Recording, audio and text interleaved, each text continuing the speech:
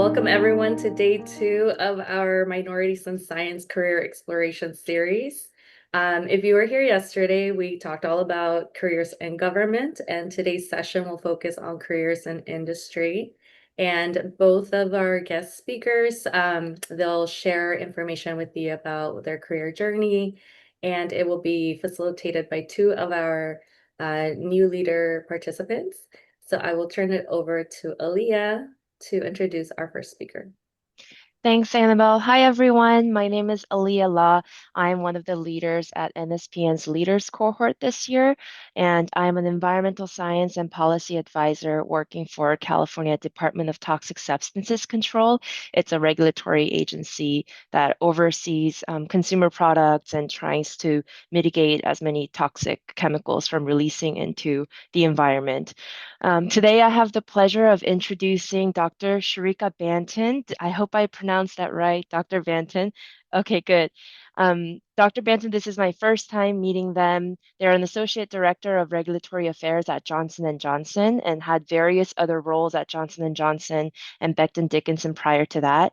They received the PhD in biomedical engineering at Georgia Tech and Emory University and also has a certificate in public policy. So I thought they were the perfect candidate for today's minority in science that are excelling and really leading the way in science policy. And I also wanted to learn more from them as well. And Dr. Benson, please share your pronouns with me. I've been calling you they because I don't know, but yeah, I'll give the floor to you now. Thank you Yeah, for joining us. thank you so much, Elia. My pronouns are she, her, but thank you for asking to clarify. It's really a treat to be here today to share my career journeys with you all and provide any wisdom or guidance. And it's exciting that yesterday's session was related to careers in government because, you know, my current profession is, I'm going to say government or policy adjacent. So hopefully it will build on, you know, what you've heard from yesterday's speakers. Great. Yeah, today's session is going to be more dialogue and panel based. I'll ask you some questions. You could give some answers or even elaborate on that, and then we'll go to the next speaker.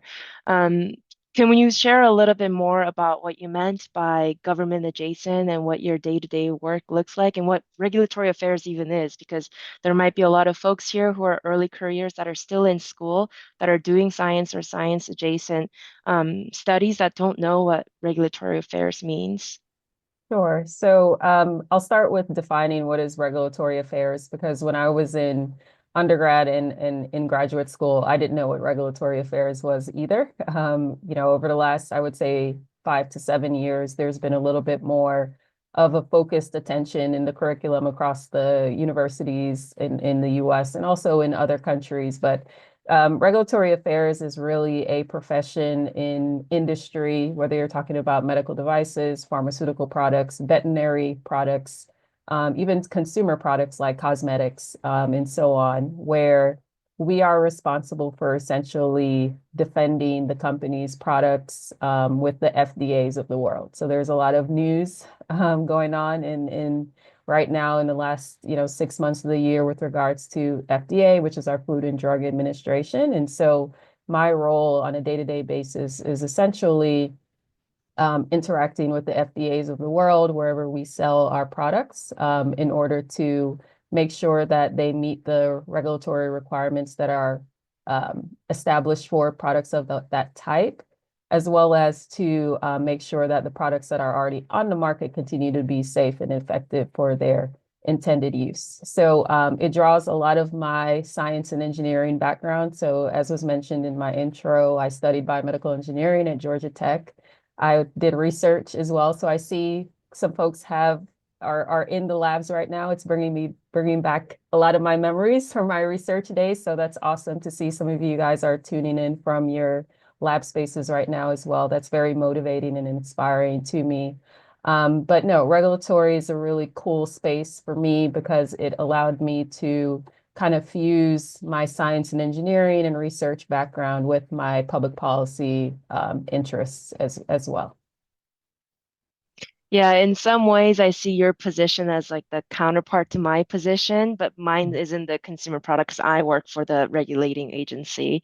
Can you share more about how you made that switch from academic research and biomedical engineering to regulatory affairs? Because I'm sure that switch is pretty niche for a lot of folks.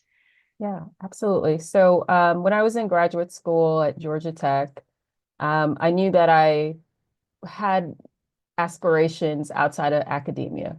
So once I started graduate school and started my doctoral program, I wanted to study public policy. I knew that I had those additional interests and, transparently coming from an immigrant family, majoring in the liberal arts was not necessarily something that was, very encouraged, I'll say, in terms of what my undergraduate training would be in. So I used a little bit of the extra time that I had as a graduate student to pursue my more, I'm going to call it social science or liberal arts interests, specifically in science policy.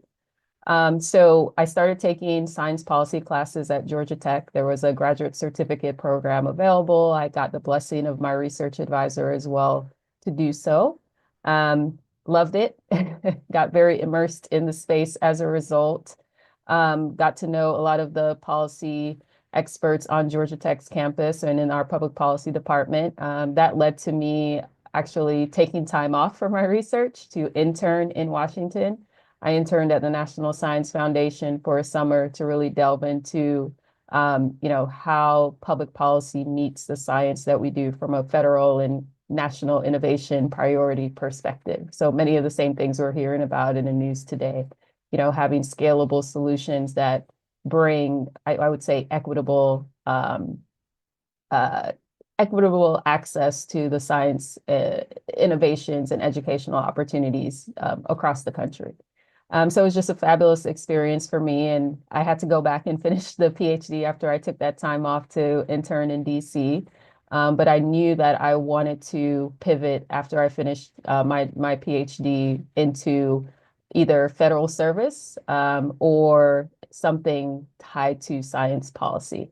Again, in full transparency, the semester that I was graduating was President Trump's start or the start of President Trump's first term. And one of the first things he did was actually enact a government-wide hiring freeze as part of his administration's efforts. And so my desire to go directly into federal service after I graduated, hit a small obstacle. And so that led to me pivoting to industry instead, where through networking, I was actually able to meet folks who work in regulatory affairs at Johnson and Johnson, and I was hired in through a leadership development program after I finished my graduate program. So a winding route, and my advice there is to just stay open to the possibilities of where your interests may lead you. I did not think that I would start my career in industry, and I'm approaching 8 years now in regulatory affairs in the medical device industry. Yeah, it just goes to show how important networking and coffee chat is, even for those introverts like myself who don't want to do that sometimes, but you got to do it. And this is a great opportunity for that as well. So now all these folks know your name and they can also contact you. Can you talk more about what skills you had or maybe like an aha moment or any type of experiences that made you realize, oh yeah, I don't want to be on the bench anymore. Was there that moment for you, or was it more so like alignment of your personal characteristics or your day-to-day style, the way that you want to interact with people? Like what was the driving factor that made you want to switch that discipline?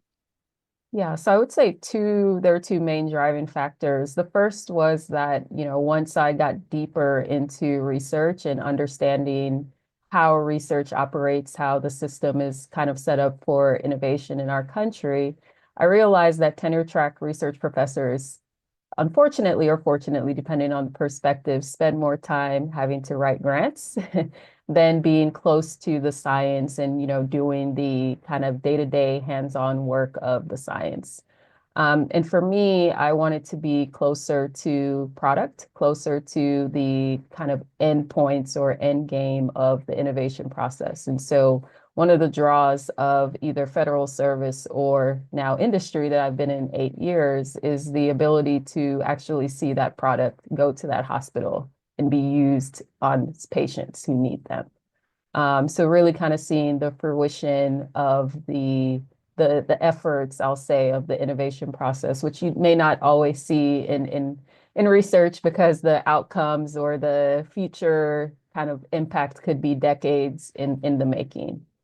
I think the other or the second motivator for me in terms of wanting to step into regulatory and move away from science or basic research was also because in doing the day-to-day of working in the lab, the question stuck out to me of why do we do science in this way?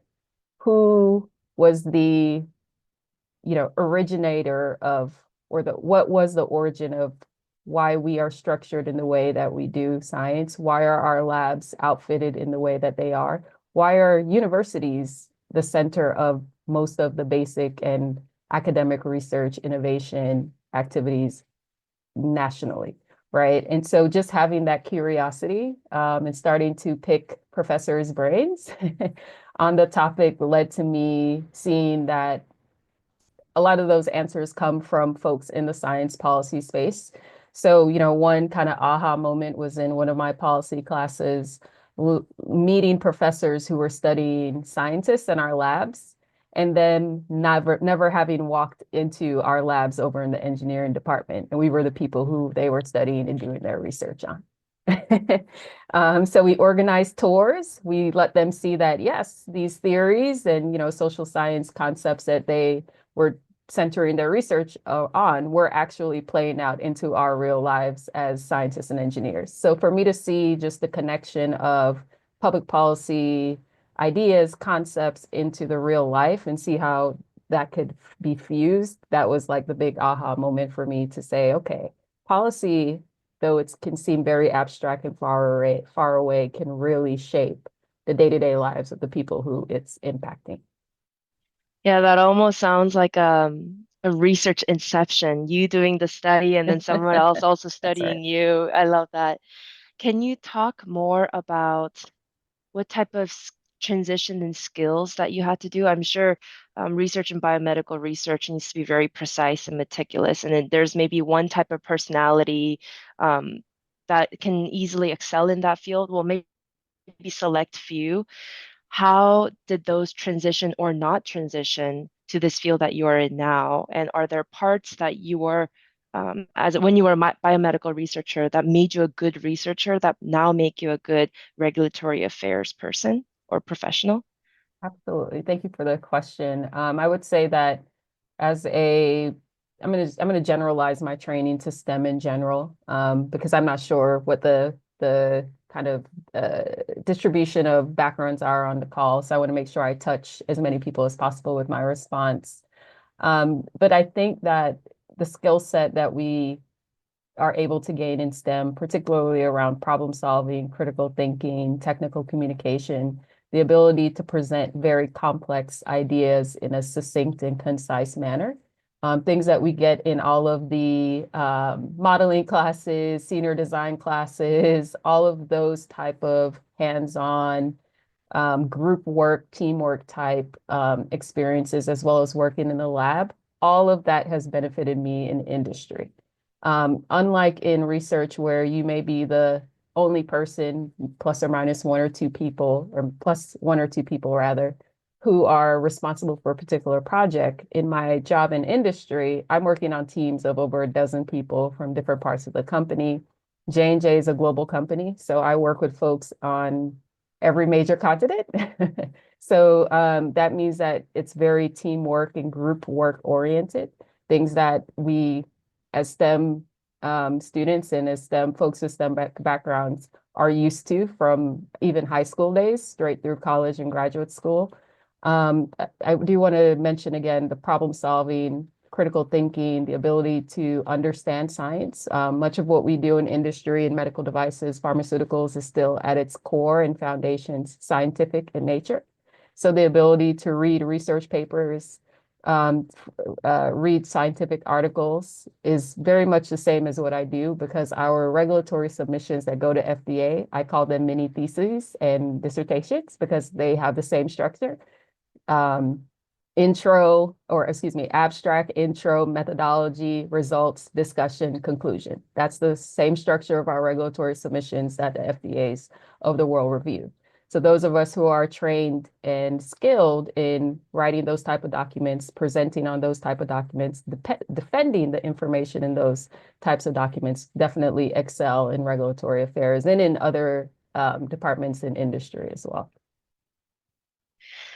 I'm so curious now that you mentioned that document. I didn't know that those regulatory documents look like that because I'm in more of a legislative office role where I'm not actually reading those documentation that goes to our program staff. So can you tell me more about what goes into crafting a document like that from, the inception to the submission? I'm assuming you're not doing the research yourself, but probably have to talk to folks that are actually doing the product formulation? That's Question correct. mark? That's Yeah, correct. can tell me more about that. Yeah, so I'll give you guys the example of, what a regulatory submission looks like for a new product. Like, so whether this is let's say a new therapeutic, maybe a cancer drug or a new medical device, so a defibrillator, an insulin pump, et cetera. There's a basic structure that all of these submissions kind of follow. On the pharma space, there's actually a harmonized structure globally. So every regulator in the world for pharmaceutical products sees this structure. But basically, the structure takes actually the format of a scientific report where you do a background section. So you review the current literature, current understanding on the particular area. Then you get into the unmet need that this new drug or therapy or device may be filling. Then you get into the hypothesis-driven testing that is going to be done to support the effectiveness, performance, characteristics, safety, conclusions of this new drug, medical device, therapeutic. Then you present the results. Statistics are key. Sample sizes are key if you're running clinical trials, if you're doing animal testing, if you're doing testing on the bench. Then you discuss the results. You discuss any anomalies. You discuss anything that may be confounding. And then you get into conclusions where you make statements on the safety, effectiveness, performance of the new drug, therapeutic, or medical device. So it very much follows, and we do apply the scientific method in this work. And there's an expectation that we, in all of our submissions and reports, apply I'm going to call them basic scientific and engineering principles to the work that's being done. Yeah, not only do you have to understand it, you also have to communicate it, adequately so that your company can get the okay from the regulatory agency. To bring That's us right. a really good question in the chat, she said, do you have to have a license or a certificate to become a regulatory affairs role? Did you need to have that certificate in public policy or no? No. So and I loved it, one of the really interesting things about regulatory affairs and industry is the diversity of, I'm going to say academic and professional backgrounds of my colleagues. So I have colleagues who are lawyers by training. I have colleagues and friends who are anthropologists by training. So they were on the more of the social science side. And then you have folks who are scientists, engineers by training. So because of our ability from those fields our ability to dissect very complex information, know how to negotiate and use words as a form of argumentation, and of course, speak to the science, defend the ideas that are being conveyed. We make very strong regulatory affairs professionals. And I also mentioned that the health authorities themselves hire scientists and engineers and lawyers. So oftentimes I say to folks, it's almost like I'm speaking to some of the folks I went to school with because I have classmates who work at different agencies or in my network who work at the regulators now. Thank you. This will be the last question before we switched off to the next speaker. And then we'll go to another Q&A session in the end for both Dr. Banton and Dr. Gomez. But Dr. Banton, what would you say is maybe one advice or one thing that was surprising to you, one final huzzah for early career professionals? Yeah, absolutely. I think one huzzah for being early career or in early career is definitely recognizing that what you may have been trained in may not be exactly what your day-to-day job becomes or evolves into. So when I started graduate school, I thought I was just going to do science, work at the bench. That changed as I shared with you all. But I saw myself more of in a policy role, maybe similar more to you, Elia, where I'm writing legislative briefs. I'm doing things that are more tied to, some type of advisory office, and not necessarily working on FDA submissions, for example, for a medical device or different medical devices. So I would say that just be very open to the possibilities that your particular training can open for you, and also be ready to adapt to the many changing external factors. So for me, there was a change in presidential administration, which led to a complete career pivot. But just be open-minded to the possibilities that are out there. Thank you, Dr. Banton. Actually, we're going to pivot a little bit to Q&A just for Dr. Banton first, and then we'll switch over to Dr. Gomez. We got a question from Angelica saying, can you give us insight into which networking tactics were the most successful for you? Yes, thank you, Angelica, for the question. So I'm going to plug different programs. I call them disruptor programs because they're very good at getting folks who have specific interests into these areas. I'll give background. I had various programs that I participated as a student that facilitated my ability to tap into the J&J network and or the network in Washington. So the first one, and I can send this to Elia and Annabelle after the meeting, is the Center for the Study of the Presidency and Congress. So for those who are very much interested in understanding what happens on Capitol Hill from a federal government perspective and having an experience with folks who are in Washington, there's a fellowship program that's available. It's year long, and you're also matched to a mentor. The other program is Scientists for Minority and Development Program, SMDP. I participated in that as well, and that was what really ushered me into the medical device industry. SMDP has medical device and pharmaceutical components as well, where they pair students with current professionals in those industries for a year. You're mentored, you go to a national conference, get full exposure to what's happening in those industries. But I will say from a personal perspective, I'm very much introverted as well. I'm not the person who will just waltz up to a person to make a connection and make that small talk. So I was always very intentional with the connections I formed. If I did networking, I researched as much as I could the people who I was trying to make that connection with.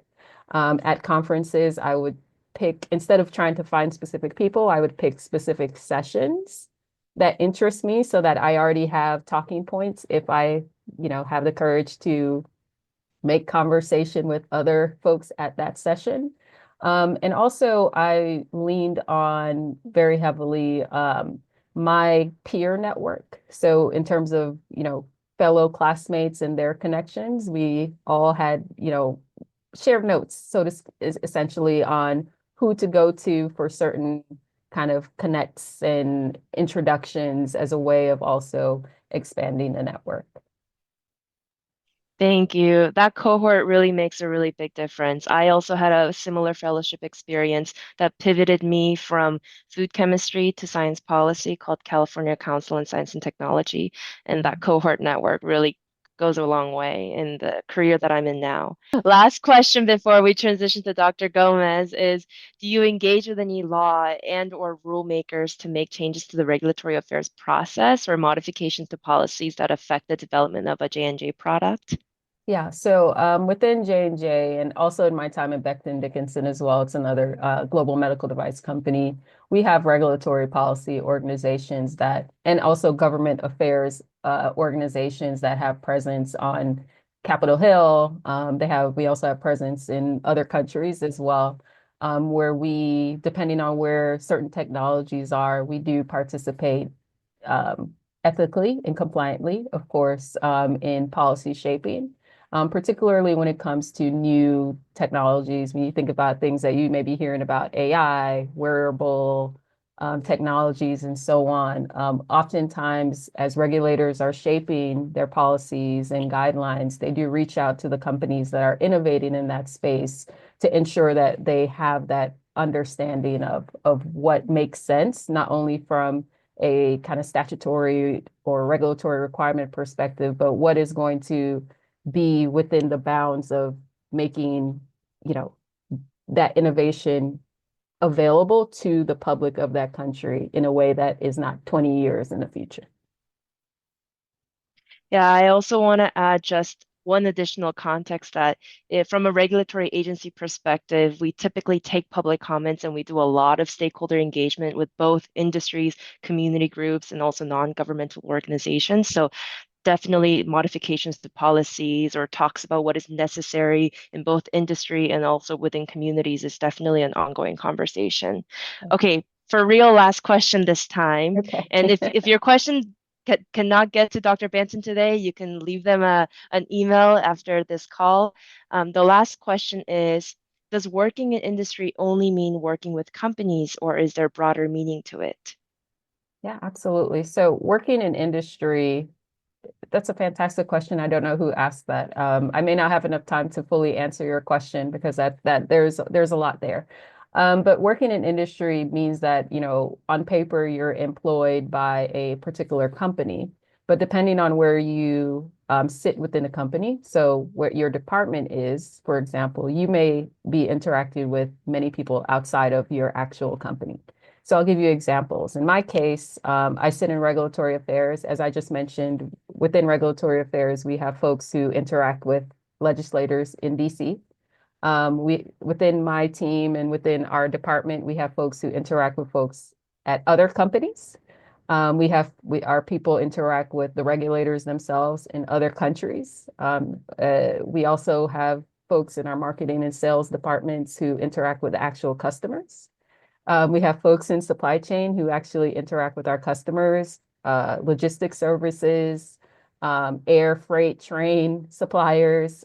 So working in industry, depending on where your actual job is in the company, could mean that you are interacting with people across the world in your direct or immediate neighborhood, and also even folks in different cities, in different sectors, public, private as well, depending on what your role is. Sounds like there's something for everybody out there, even if you Absolutely. just join one company. Thank you so much for joining us, Dr. Banton. If you feel compelled, please share your email with us in the chat for those folks that want to reach out to you afterwards. Thank you so much.